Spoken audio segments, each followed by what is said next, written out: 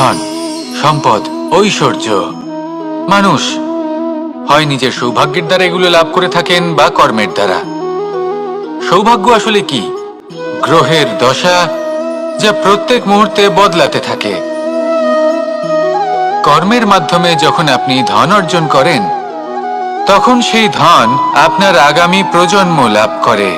সেটা হয় সে ভোগ করে বা তার জন্য তার ভোগান্তি হয়। আর এটা নির্ভর করছে আপনার কর্মের ওপরে। কি কর্ম করেছেন আপনি সেই ধনকে লাভ করার জন্য?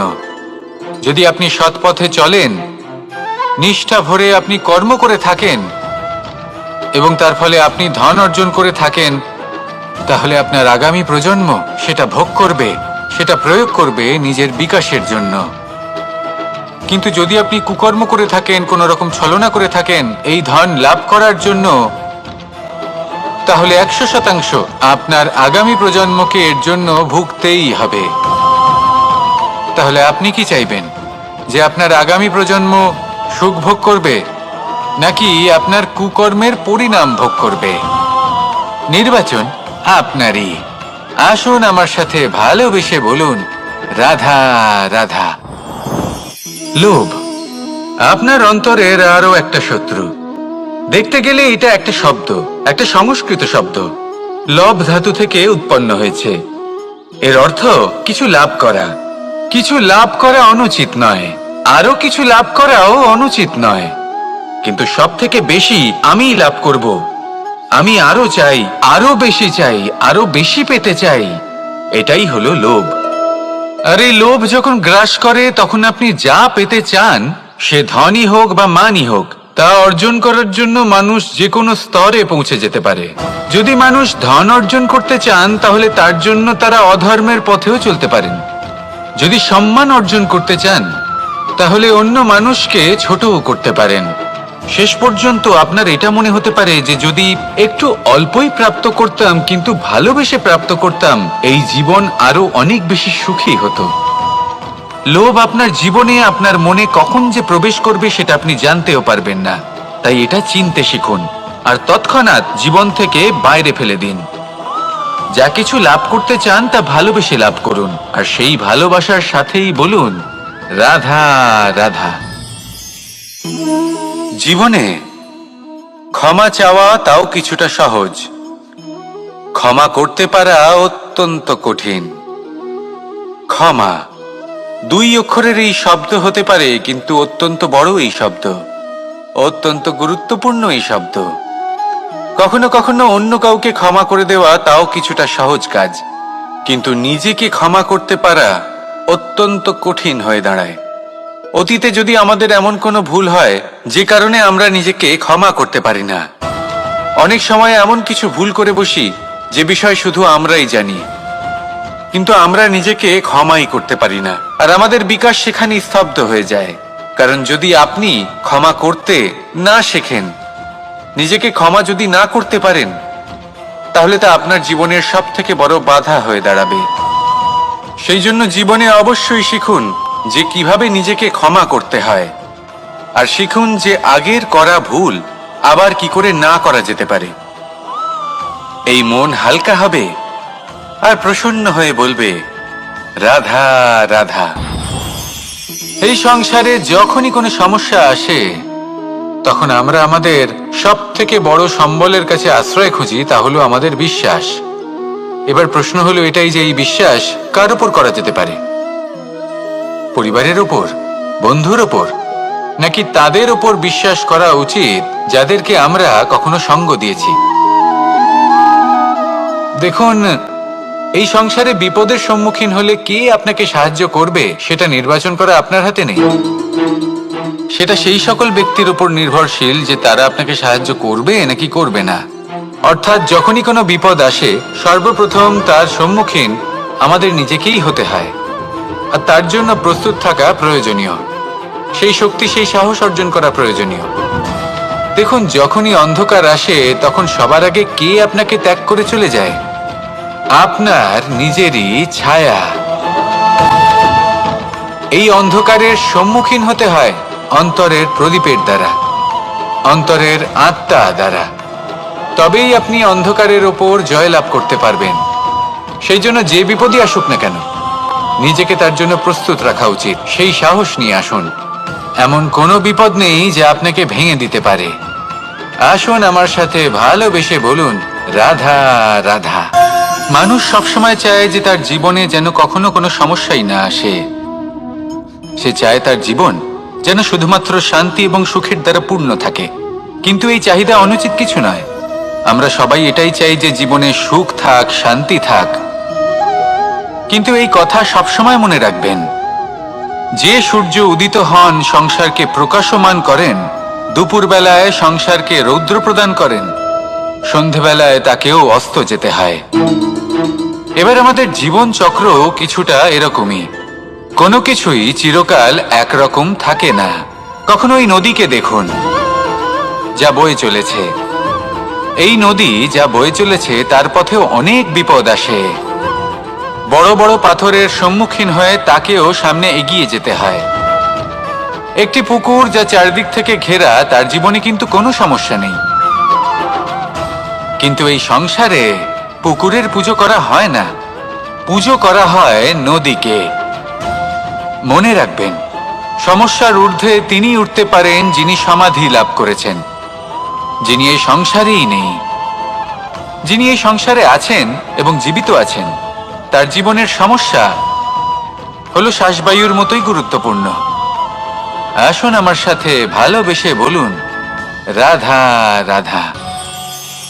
আজ আমি আপনাকে একটা ছোট্ট কাহিনী শোনাবো। একবার আমি, রাধা আর দাদা, আমরা তিনজনে মিলে লুকিয়ে একটা উপবনে গেলাম আম পেড়ে খেতে।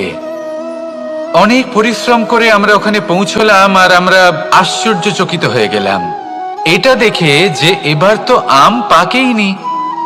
এবার দাদা কি করলেন, একটা আম পাড়লেন আর সেটা চাখলেন, আর উনি নিরাশ হয়ে পড়লেন। উনি বললেন যে এটা তো খুবই টক।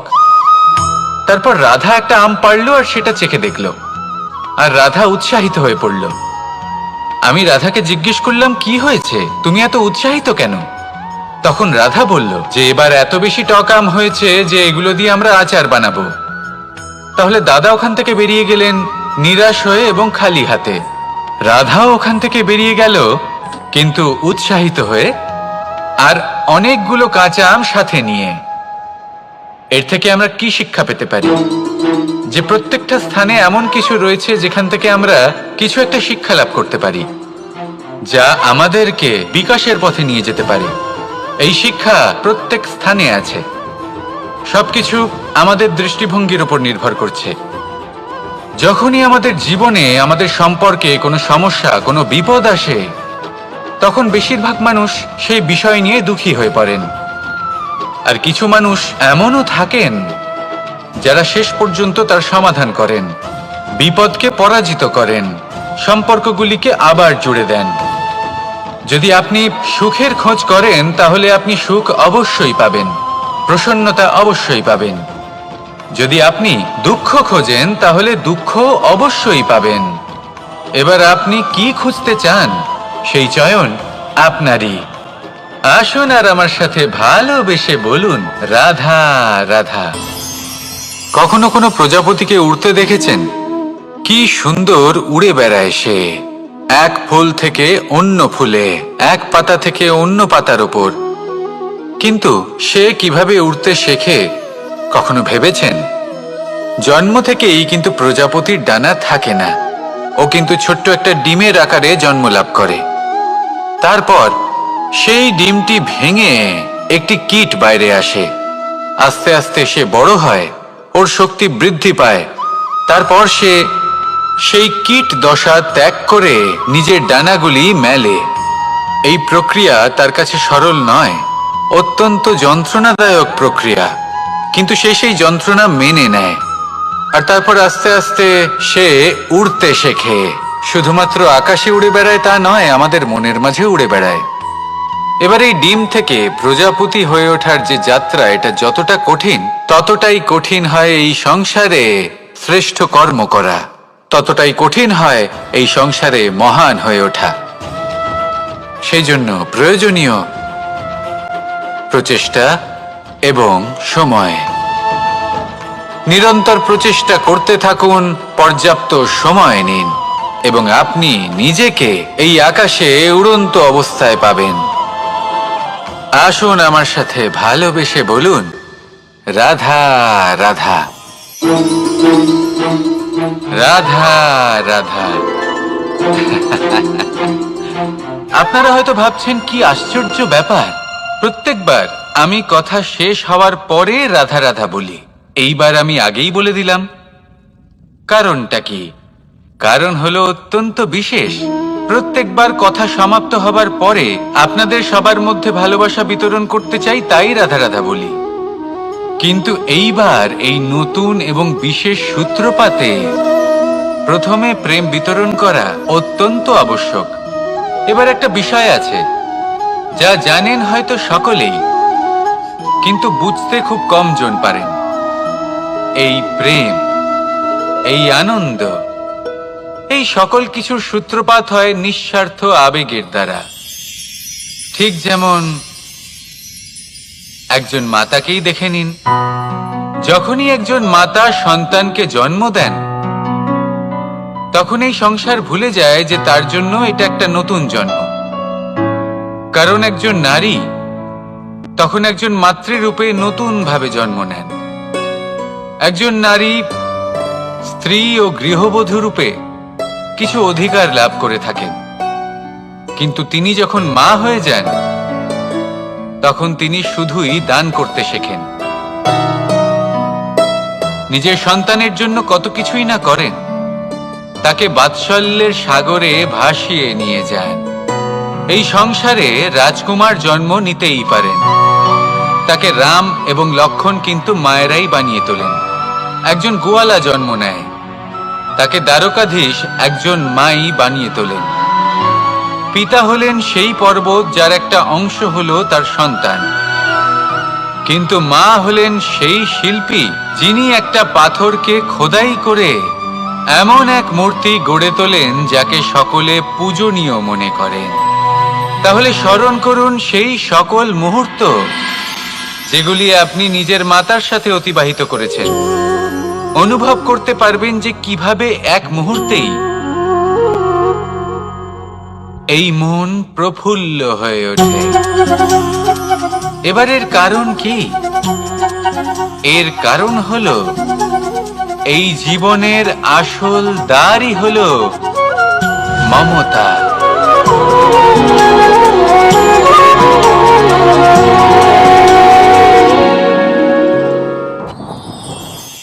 যত শক্তিশালী এই মন, তত শক্তিশালী এই শরীরও। এই যে আমাদের শরীর, এটা আসলে কি? এ হলো একটা রথের মতো। আর একটা রথ ততক্ষণ চলতে পারবে না যতক্ষণ না তাকে কোনো সারথি চালাবে। এই মন হলো শরীরের সারথি। এবার ভাবুন, যদি এই সারথি শক্তিহীন হয়, দুর্বল হয়, তাহলে এই রথের কি হবে? এটা উচিত পথে চলতে পারবে না, উচিত গতিতে চলতে পারবে না, মন মতো স্থানে এটা পৌঁছতেও পারবে না। সেই জন্য মনের শক্তি অত্যন্ত প্রয়োজনীয়। এবার মনের শক্তি আমরা কোথা থেকে লাভ করি? দৃঢ়তার শক্তি থেকে। এবার এই শক্তি আমরা কিভাবে বাড়াতে পারি? আমরা প্রতিদিন কিছু নতুন স্থির করি, কিছু ছোট কিছু বড়। আর যেই আমরা নতুন কিছু পূর্ণ করি, আমাদের মনের শক্তি বেড়ে যায়। আর যদি পূর্ণ না করতে পারি, মনের শক্তি কমে যায়। একটা দেওয়ালের মতো ছোট ছোট ছোট ছোট শিলা আমরা একটার পর একটা স্থাপন করে একটা দেওয়াল তৈরি করি। এতগুলো পাথর যখন একত্রিত হয়ে যায়, তখন এমন এক দেওয়াল তৈরি হয় যাকে ভাঙা প্রায় অসম্ভব হয়ে দাঁড়ায়। সেরকমই হয় মন এবং দৃঢ়তা। ছোট ছোট কাজ করে নিজের লক্ষ্য পূর্ণ করুন। এই লক্ষ্য যদি পূর্ণ হয়, তবে মনের শক্তি বাড়বে। কিছুটা এইভাবে যে যত বড়ই বিপদ আসুক না কেন, সেই বিপদ নিজে হার মেনে নেবে, কিন্তু আপনার মন ততটাই শক্তিশালী থাকবে। তাই মনের শক্তি বাড়াতে থাকুন, যাতে আপনি উচিত পথে চলতে পারেন, উচিত গতিতে চলেন আর মনোবাঞ্ছিত স্থানে পৌঁছতে পারেন। তবেই এই মন প্রসন্ন হয়ে বলবে, রাধা রাধা। আমি রাধাকে ভালোবাসি। আর এই কথাটা সমগ্র সংসার জানে। আর সময় অন্তরে লীলার দ্বারা, বিভিন্ন ঘটনা দ্বারা, কর্মের দ্বারা আমি নিজের এই ভালোবাসা রাধার সামনে প্রকাশ করি। এবার আপনি বলবেন, এসবের কি প্রয়োজন? রাধা কি এই কথা জানে না যে কৃষ্ণ তাকে কতটা ভালোবাসে? অবশ্যই জানে, কিন্তু এই যে ভালোবাসা, তা মনে রেখে দেওয়ার জন্য নয়, তা প্রকাশ করার জন্য। আর বারংবার এই ভালোবাসাকে প্রকাশ করা উচিত, উচিত সময় এবং উচিত সুযোগ দেখে। কিরকম? এবার যদি আপনি প্রেমীর সাথে কোনো উৎসবে থাকেন, তাহলে তার সাথে নৃত্য সঙ্গীত করুন। যদি ভিড়ের মাঝে থাকেন, তখন প্রেমীকে সম্মান করুন, একান্তে প্রসাধন করুন। দুঃখের সময় তার হাত ধরে থাকুন, সুখের সময় আলিঙ্গন করে রাখুন। এই প্রেম যত প্রকাশ করবেন, ততই এই প্রেমের বৃদ্ধি হবে। এই প্রেম আরো বেশি গভীর হবে, অটুট হবে। তাই এই প্রেমকে মনে নয়, আপনার জীবনে স্থান দিন। মন খুলে প্রকাশ করুন আর আমার সাথে ভালোবেসে বলুন, রাধা রাধা। মুঠো হাতের শক্তি বেশি, মুঠো খুললেই তা দুর্বল। তা এমন কি থাকা উচিত এই বন্ধ মুঠোয় যা লাখের সমান? মানসিকতা এবং স্বপ্ন। মানুষ জন্মগ্রহণ করে, তার মানসিকতা সময়ের সাথে উন্নত হয়। মানসিকতা অনুযায়ী সে স্বপ্ন দেখে, আর সেই স্বপ্ন সার্থক করতে সে পরিশ্রম করতে থাকে। কিন্তু খুব গুরুত্বপূর্ণ একটা কথা আছে যা আপনার মনে রাখা উচিত। আপনার এই মানসিকতা, আপনার এই স্বপ্ন, তা যেন আপনার নিয়ন্ত্রণে থাকে। আপনার বন্ধ মুঠোয় যেন এর লাগাম থাকে, আপনি যেন এর প্রভু হন। যদি তা হয়, তবেই আপনি লাভবান হবেন। যদি এরা আপনাকে নিয়ন্ত্রণ করতে থাকে, যদি আপনার মুঠো খুলে যায়, না পথ আপনার নিয়ন্ত্রণে থাকবে, না মানসিকতা থাকবে, না স্বপ্ন নিয়ন্ত্রণে থাকবে। আর যদি তাই হয়, তাহলে আপনি আপনার ভবিষ্যৎ নষ্ট করে ফেলবেন। তাই নিয়ন্ত্রণ করতে শিখুন নিজের বিচার বুদ্ধি, নিজের মানসিকতা, নিজের স্বপ্নকে। নিজের এই স্বপ্ন পূরণ করুন আর আমার সাথে ভালোবেসে বলুন, রাধা রাধা। আমার কাছে যশোদা মা যেমন, আমার কাছে দেবকী মা যেমন, আমার কাছে ঠিক তেমনই হলেন গোমাতা। এবার ভেবে দেখার বিষয় হলো এটা, যে এই সংসারে অসংখ্য প্রাণী আছে। একজন গাইকে একজন মায়ের মর্যাদা কেন দেওয়া হয়? তাহলে এর অনেকগুলো কারণ আছে। এই গাই অর্থাৎ গোমাতা, এনারা হলেন অত্যন্ত শান্ত, শান্তি প্রিয়, কখনো কারোর কোনো ক্ষতি করতেই পারেন না।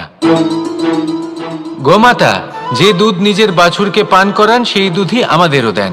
সেই দুধ পান করে আমরা শক্তি লাভ করি। এই দুধ থেকে আমরা মাখন, ঘি, পায়েস, এইসব সুস্বাদু খাবার লাভ করি। গোমাতার গোবর আমাদের জ্বালানি হিসেবে সাহায্য করে, যার ফলে খুব কম সংখ্যক কাঠ ব্যবহার করা যায় এবং বেশিরভাগ জঙ্গল সুরক্ষিত থাকে। গোমাতার গোমূত্র, সেটাও আমাদের কাছে লাভজনক। এর দ্বারা আমরা অনেক রোগ থেকে মুক্তি লাভ করতে পারি। গোমাতা যখন একটি বাছুরকে জন্ম দেন, তখন সেই বড় হয়ে আমাদের ক্ষেত কর্ষণ করে। সেই জন্য গাইকেও জীবনে মায়ের মর্যাদা দেবেন। যতটা সম্ভব তাকে সেবা করুন এবং ভালোবেসে তাকে পালন করুন। এই মন নিজে থেকেই প্রসন্ন হয়ে বলবে, রাধা রাধা। চলতে থাকা, থেমে যাওয়া, বিশ্রাম নেওয়া, তারপর দম নিয়ে পুনরায় দাঁড়িয়ে পড়া, আর তারপর আবার সেই পথ চলা। এটা জীবনের অভিন্ন এক অঙ্গ, এটার থেকে আপনি পালাতে পারবেন না। কিন্তু এই অঙ্গকে আপনি নিজের জীবনে কিভাবে প্রয়োগ করবেন, কিভাবে তাকে কাজে লাগাবেন, সেই সিদ্ধান্ত আপনাকে নিতে হবে। যারা হেরে যান তারাও জীবনে থমকে যান, আবার যারা জেতেন তারাও দাঁড়িয়ে পড়েন। যারা হেরে যান তারা হাঁপিয়ে দাঁড়িয়ে পড়েন, যারা জিতে যান তারা দাঁড়িয়ে পড়েন সেই সর্বোচ্চ স্তরে পৌঁছে গিয়ে। এবার দাঁড়াতে তো আপনাকে হবেই, তা হতেই হবে। কিন্তু কখন, কিভাবে দাঁড়াবেন, ক্লান্ত হয়ে নাকি সর্বোচ্চ স্তরে পৌঁছে গিয়ে, সেই সিদ্ধান্ত আপনার। অবশ্যই দাঁড়িয়ে পড়ুন, কিন্তু ক্লান্ত হয়ে নয়, কারণ আপনাকে পুনরায় দাঁড়িয়ে পড়তে হবে, পুনরায় যাত্রাপথে এগোতে হবে এবং সর্বোচ্চ স্তরে পৌঁছতেই হবে। রাধা রাধা।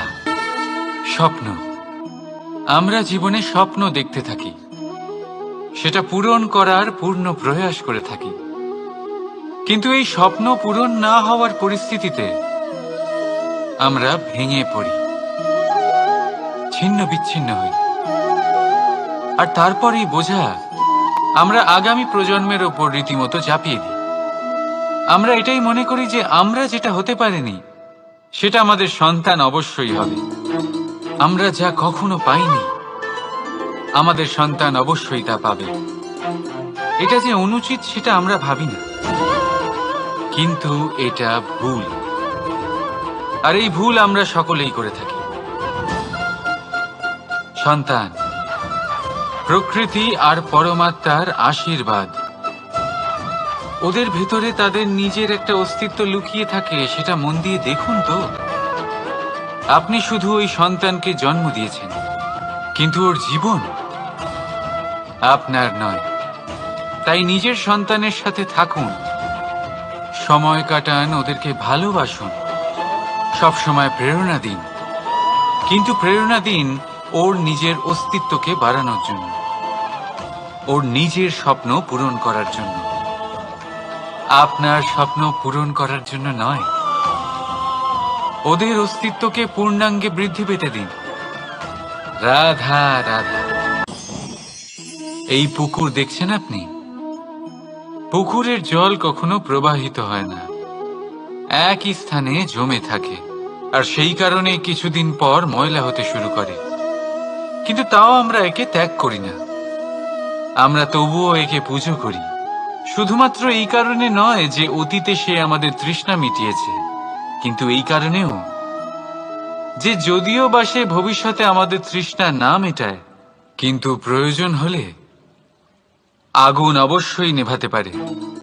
ঠিক সেই রকমই হয় আমাদের সম্পর্ক, সম্পর্ক যা আমরা বহু বছর পরিশ্রম করে তৈরি করি, যে দরকার পড়লে আমাদের সহায়ক হয় কোনো না কোনোভাবে।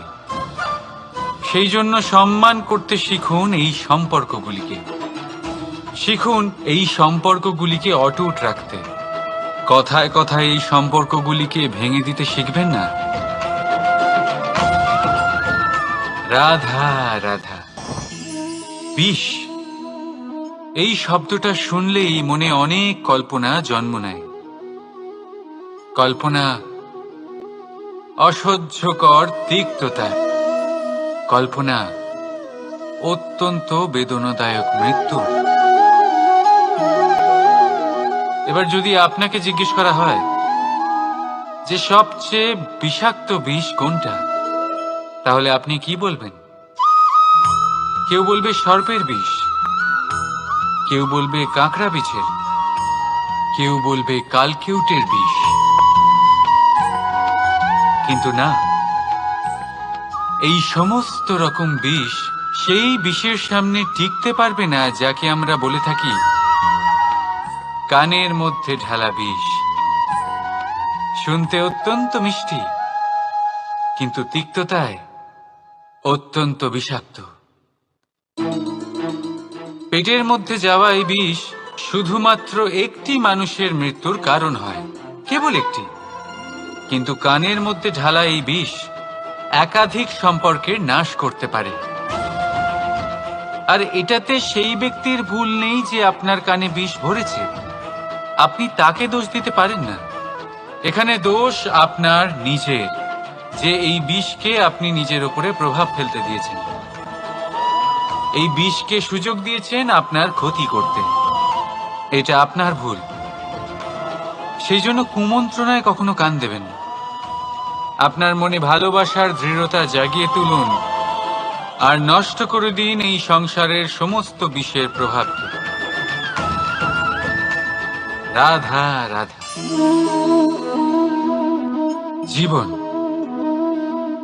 আমাদের এই জীবন সুখ আর দুঃখ, এই দুইয়ের মিশ্রণ। এদের সংমিশ্রণই জীবনের ভারসাম্য বজায় রাখে। এখন এই সুখ সুখ এমন এক বস্তু যাকে সবাই খুঁজে চলেছে। দুঃখ এমন এক অনুভূতি যা সবার কাছে আছে। আমাদের প্রত্যেকের জীবনে সুখ আর দুঃখ আসতে থাকবে আর যেতেও থাকবে। এটা অবশ্যই জীবনে থাকবে, কিন্তু সফলতা এটা সবার জীবনে আসে না। কেন? কারণ এই সফলতা সুখ আর দুঃখের দ্বারা প্রাপ্ত হয় না। সফলতা প্রাপ্ত হয় নিজের উপরে বিশ্বাস করতে থাকলে। আকাশের ওই সূর্যকে দেখুন, সূর্যের বিশ্বাস আছে নিজের উপর যে সে সমস্ত জগৎকে আলোকিত করতে পারবে, নিজের প্রথম রশ্মি দিয়ে অন্ধকারকে দূর করতে পারবে। সূর্য এই বিশ্বাস নিয়েই আসে, আর কিছুক্ষণের মধ্যেই সমস্ত সংসার থেকে অন্ধকারকে বিনাশ করে ফেলে সে। তাহলে মনে রাখবেন, এই সুখের আভাস, এই দুঃখের অনুভূতি আসতেও থাকবে আর যেতেও থাকবে। শুধু নিজের উপরে বিশ্বাস রাখুন, তারপর দেখবেন এই সফলতা আপনার দাস হয়ে থাকবে। রাধা রাধা। চাঁদ কত শ্রেয়, শুভ্র, কত সুন্দর। কিন্তু যদি আপনি মনোযোগ সহকারে দেখেন তাহলে দেখবেন এই চাঁদেও দাগ আছে। আর এই দাগগুলি থাকার কারণে কি এই চাঁদের মাহাত্ম্য কখনো কমে যায়? কখনো নয়। এর কারণ হলো চাঁদের নিরন্তর চেষ্টা। একবার এই আকাশে দেখুন, এই অন্ধকার সবসময় চেষ্টা করে চাঁদকে ঢেকে দেওয়া, কিন্তু এই চাঁদ সবসময় এই অন্ধকারের সাথে লড়াই করতে থাকে। অমাবস্যা থেকে শুরু করে চাঁদের এই যাত্রা পূর্ণিমা অবধি পৌঁছেই যায়। আর তাই এই চাঁদের পুজো করা হয়, এই কারণে এই চাঁদকে মাহাত্ম্য দেওয়া হয়। এইভাবেই যদি আপনার মধ্যে কোনো দোষ থাকে, কোনো খারাপ কিছু থাকে, তাহলে সেটা কোনো বড় ব্যাপার নয়। চেষ্টা করুন সেটাকে শুধরে নেওয়ার, কিন্তু সেই কারণে নিজেকে খারাপ মনে করা এটা অনুচিত। নিজের ভুলগুলো, নিজের দোষগুলো, নিজের খারাপ দিকের কথা ভুলে আপনি এই সংসারের ভালোর দিকে প্রস্থান করেই দেখুন না। আপনি দেখবেন আপনার অন্তরের তেজ ঠিকরে বেরোচ্ছে। রাধা রাধা। এই পিঁপড়েদের দেখছেন আপনি? সবাই একই রকমের। এদের মধ্যে তফাৎ খুঁজে বার করা অসম্ভব। মনে হয় যেন ওদের আলাদা আলাদা অস্তিত্বই নেই। কিন্তু যদি আপনি মন দিয়ে দেখেন তাহলে দেখবেন প্রতিটা পিঁপড়ের আলাদা কাজ নির্ধারিত, তাদের আলাদা অস্তিত্ব আছে। কেউ বাড়ি বানানোর জন্য মাটি সংগ্রহ করতে পটু, কেউ ঢিপি বানাতে পটু, কেউ খাবার খোঁজায় পটু, আবার কেউ সেই খাবার আনায় পটু। ঠিক সেরকমই হয় মানুষেরা। মনে হতেই পারে সবাই একই রকম, কিন্তু প্রতিটা মানুষের ব্যক্তিত্ব, প্রতিটা মানুষের অস্তিত্ব ভিন্ন হয়। আর সত্যি কথা বলতে কি, প্রতিটা মানুষের ভিন্নতাই আমাদের প্রগতির দিকে নিয়ে যায়। ভাবুন, যদি আপনাকে কারোর সাথে হাত মিলিয়ে চলতে হয়, তাহলে আপনাকে আপনার সোজা হাত তার উল্টো হাতে ধরে এগোতে হবে। এটাই সৃষ্টিকর্তার সৃষ্টির নিয়ম। ভিন্নতা, এই ভিন্নতাকে আশীর্বাদ ভেবে চলুন, এতে কোনো খারাপ নেই। রাধা রাধা। দাদা আমাকে বহুবার জিজ্ঞেস করেন যে কানাই, তুমি রাধার সাথে এই সংসারকে প্রেম শেখাতে এসেছো, তাহলে কেন তুমি রাধাকে এত বিরক্ত করো? কেন ও তোমাকে বিরক্ত করে? কেন এই ঝগড়াঝাটি হয়? কেন এই টানাপোড়েন চলে? এবার এটার উত্তর আমি কিছুটা এইভাবে দিতে চাই। পিঁপড়ে সেই বাড়িতেই প্রবেশ করে যেখানে মধু উপস্থিত আছে। যদি আপনার বাড়িতে মধু থাকে, কোনো মিষ্টি জিনিস থাকে, মিষ্টত্ব থাকে, তাহলে পিঁপড়ে সেখানে অবশ্যই প্রবেশ করবে। ঠিক এইরকমই হয় আমাদের সম্পর্ক। এর মধ্যে ছোটখাটো ঝগড়াঝাটি, টানাপোড়েন, রাগ করা, মন ভাঙানো, এই সব তো চলতেই থাকে, বিশেষ করে সেই সম্পর্কগুলিতে যেখানে মিষ্টত্ব আছে। মনে রাখবেন, যেই সম্পর্কে কোনো খুনসুটি নেই, রাগ করা, মান ভাঙানো নেই, কোনো ছোটখাটো ঝগড়াঝাটি নেই, সেই সম্পর্ক শুধুমাত্র মস্তিষ্ক দিয়ে পালন করা হচ্ছে, মন থেকে নয়। তাই মন থেকে ভালোবাসতে শিখুন। আর এই ছোটখাটো ঝগড়াঝাটির, এই অম্ল মধুর খুনসুটির আনন্দ উপভোগ করুন, কারণ এতেও ভালোবাসা আছে। রাধা রাধা। এই পুস্তক বড়ই কাজের জিনিস।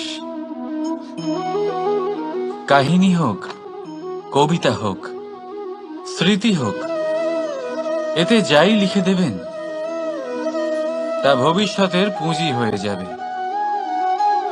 কিন্তু যদি কখনো এমন হয় যে এই পুস্তক ময়লা হয়ে যায়, বা যদি কোনো পাতায় আপনি ভুল করে কালি ফেলে দেন, বা কোনো বাক্য লিখতে গিয়ে আপনি ভুল করে ফেলেন, তাহলে আপনি কি করেন?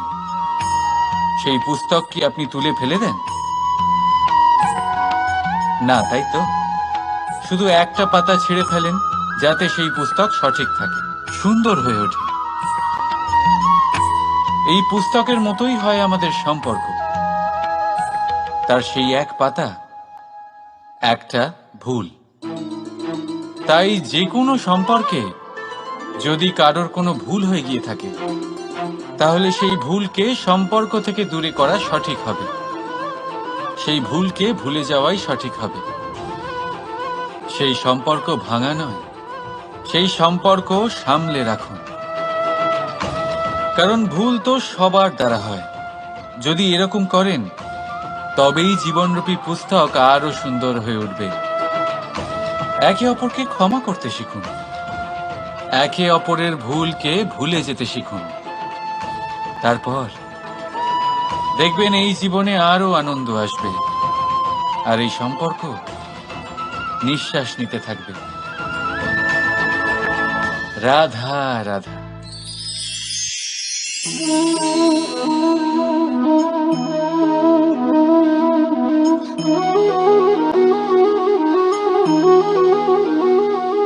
আমার এই ছায়া দেখতে পাচ্ছেন আপনি? প্রকাশের স্রোত যখন মধুর আর দূরে থাকে, তখন এই ছায়া লম্বা হয়ে যায়। কিন্তু যেই প্রকাশের স্রোত মাথার উপরে চলে আসে, এই ছায়ার আকার ক্রমশ ছোট হতে থাকে, আর অন্ধকারে তো এই ছায়া বিলুপ্ত হয়ে যায়। কিছুটা এরকমই হয় আমাদের অহংকার। সুখের আগমন হলে, বৈভবের উপলব্ধিতে এটা বাড়তে থাকে। কিন্তু যেই সংকটের তাপ বেড়ে ওঠে, অহংকার ছোট হতে থাকে। আর যখন সংকটের এই অন্ধকার আমাদের চারিদিক থেকে ঘিরে ধরে, তখন এই অহংকার আমাদের ছায়ার মতোই বিলুপ্ত হয়ে যায়। তাই সেই কারণে আপনার জীবনে সংকটের আগমন আপনার অহংকার নষ্ট করেই দেবে, কিন্তু তার জন্য সংকটের অপেক্ষা কেন করবেন? এই অহংকারকে বাড়তেই দেবেন না, উৎপন্ন হতেই দেবেন না। বিবেকের সুতো দিয়ে বেঁধে রাখবেন একে। দেখুন, আমি শ্রেষ্ঠ, এটা বিশ্বাস করতে কোনো আপত্তি নেই। কিন্তু শুধুমাত্র আমি শ্রেষ্ঠ, আর কেউ নয়, এই আত্মসম্মান নয়, এ হলো অহংকার। আর অহংকার আর কিছুই নয়, শুধু পতনের দিকে প্রথম পদক্ষেপ।